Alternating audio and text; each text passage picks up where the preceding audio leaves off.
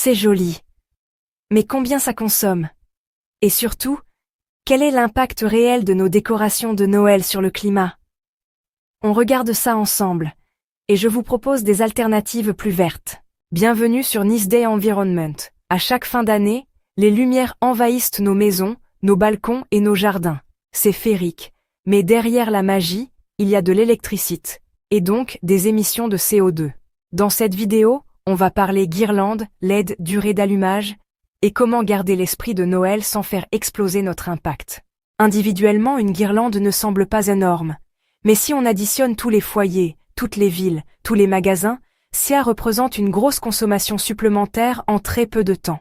Et selon le mix électrique, cette surconsommation entraîne des émissions de gaz à effet de serre supplémentaires, pile à un moment où on pourrait faire autrement. Bonne nouvelle. Toutes les décorations ne se valent pas en termes d'impact environnemental.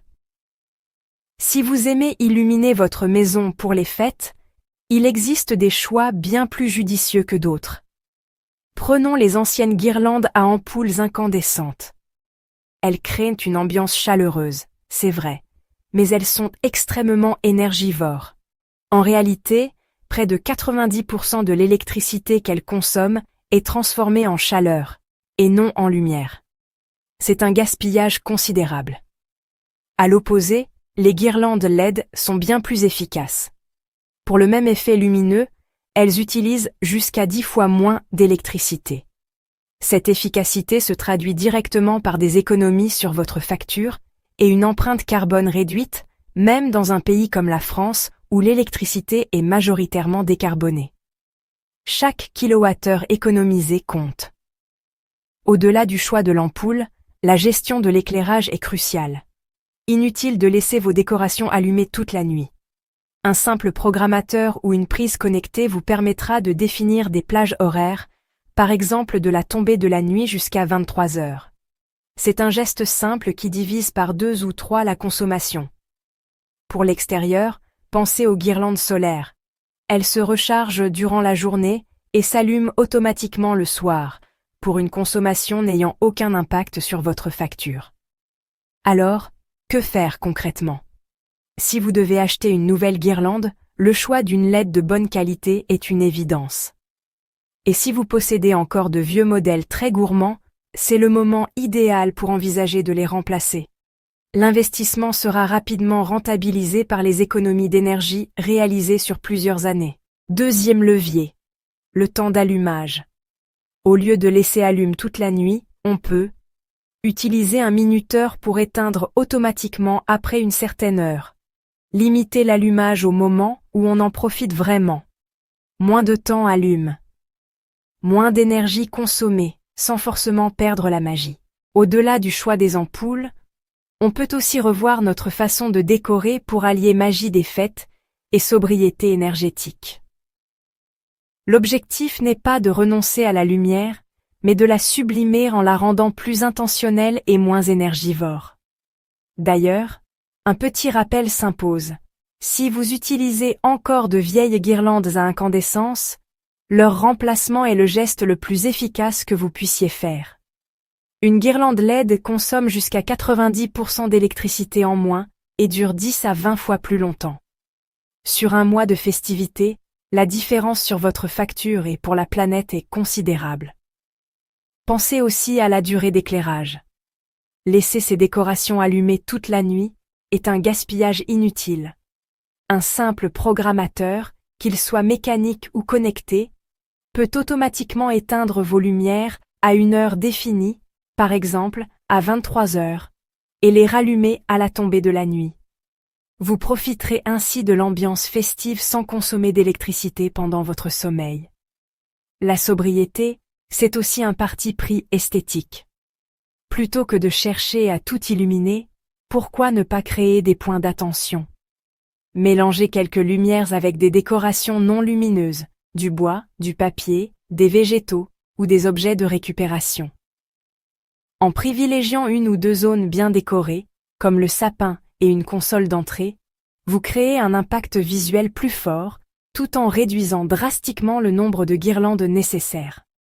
Pour l'extérieur, lorsque c'est possible, Les lampes solaires sont une excellente option. Elles se rechargent durant la journée et s'allument automatiquement à la nuit tombée, sans consommer la moindre ressource de votre réseau électrique. Alors, est-ce que ces petits gestes font vraiment une différence? Oui. L'idée, ce n'est pas d'interdire Noël, mais de remettre un peu de conscience et de sobriété dans une période qui est déjà très gourmande en énergie et en consommation. Chaque kilowattheure économisé compte. En adoptant ces réflexes, nous ne faisons pas que réduire une facture. Nous participons collectivement à un effort nécessaire, tout en réinventant une magie de Noël plus durable, et peut-être même plus authentique. Nos décorations de Noël semblent anodines, mais leur impact, additionné à celui du chauffage, des transports et de notre consommation, n'est pas négligeable. Chaque petit geste de réduction compte pour limiter notre empreinte carbone collective. Mais au-delà de simplement réduire, nous pouvons surtout choisir mieux. La technologie nous offre des solutions simples et efficaces, à commencer par le passage aux ampoules LED. Celles-ci consomment jusqu'à 90% d'électricité en moins que les anciennes ampoules à incandescence pour une luminosité équivalente. C'est une différence énorme qui se ressent à la fois sur votre facture et sur les émissions de gaz à effet de serre. Prenons un exemple concret. Une guirlande à incandescence classique peut consommer 40 watts, contre seulement 5 watts pour son équivalent LED. Sur un mois, à raison de 6 heures par jour, la guirlande LED n'aura consommé qu'un seul kilowattheure, contre 8 pour l'ancienne. L'impact carbone de cette électricité dépend bien sûr de la manière dont elle est produite dans votre région. En France, grâce au nucléaire, l'impact est plus faible, mais dans des pays dépendants du charbon, la différence est spectaculaire. Choisir des LED, c'est donc un geste dont la portée est mondiale. Pour aller plus loin, l'utilisation d'un simple minuteur ou d'une prise connectée est une excellente habitude. Programmez vos lumières pour qu'elles ne s'allument que quelques heures en soirée, évite le gaspillage inutile durant la nuit ou la journée. Et pour l'extérieur, avez-vous pensé aux guirlandes solaires? Elles se rechargent le jour et s'illuminent à la nuit tombée, offrant une ambiance festive avec un impact quasi nul, sans même toucher à votre réseau électrique. Alors, dites-moi en commentaire. Êtes-vous plutôt du genre Noël très lumineux ou Noël sobre et efficace? Avez-vous déjà franchi le pas des LED ou des programmateurs? Et quelles sont vos autres astuces pour des fêtes plus respectueuses de la planète? Partagez vos idées, car chaque bonne pratique peut en inspirer d'autres. Si ce sujet vous parle et que vous voulez découvrir d'autres analyses sur l'impact réel de nos habitudes quotidiennes, abonnez-vous. Ensemble, explorons comment concilier nos traditions et la protection de notre environnement. Merci d'avoir regardé.